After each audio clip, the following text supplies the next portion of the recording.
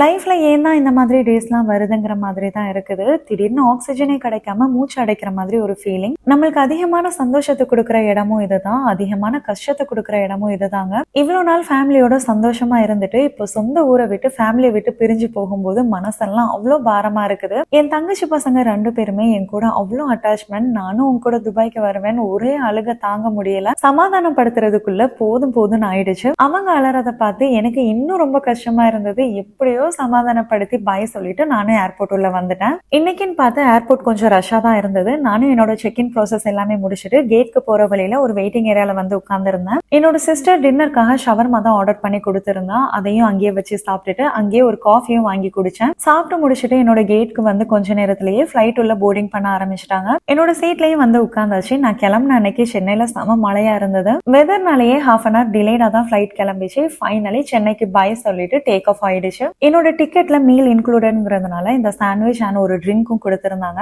இது creamy chicken sandwich. சாப்பிட்றதுக்கே செம்ம டென்ஸா நிறைய ஃபில்லிங்கோட ரொம்ப சாஃப்டா நல்லா இருந்தது. இது கூட ஒரு சாஃப்ட் ட்ரிங்க்ஸும் கொடுத்திருந்தாங்க. என்ன பண்றது, டைமை பாஸ் பண்ணணுமேனு கொஞ்சம் கொஞ்சமா வச்சு சாப்பிட்டுட்டு இருந்தேன். ஃபைனலி லேண்டிங்கான டைம் வந்துடுச்சு. அபுதாபி சிட்டி லேண்டிங் டைம்ல செம்ம பியூட்டிஃபுல்லா இருந்தது. அல்ஹம்துலில்லாஹ் நல்லபடியா அபுதாபி ஏர்போர்ட் வந்து இறங்கியாச்சு. என் ஹஸ்பண்ட் ரிசீவ் பண்றதுக்காக வந்திருக்காங்க. என்னோட பேக்கேஜ் எல்லாம் கலெக்ட் பண்ணிட்டு ஹஸ்பண்டை போய் பார்த்துட்டு நாங்களும் வீட்டுக்கு கிளம்பிட்டோம். இந்த வீடியோ லைக் அண்ட் ஷேர் பண்ணிட்டு மறக்காம ஃபாலோ பண்ணிக்கோங்க.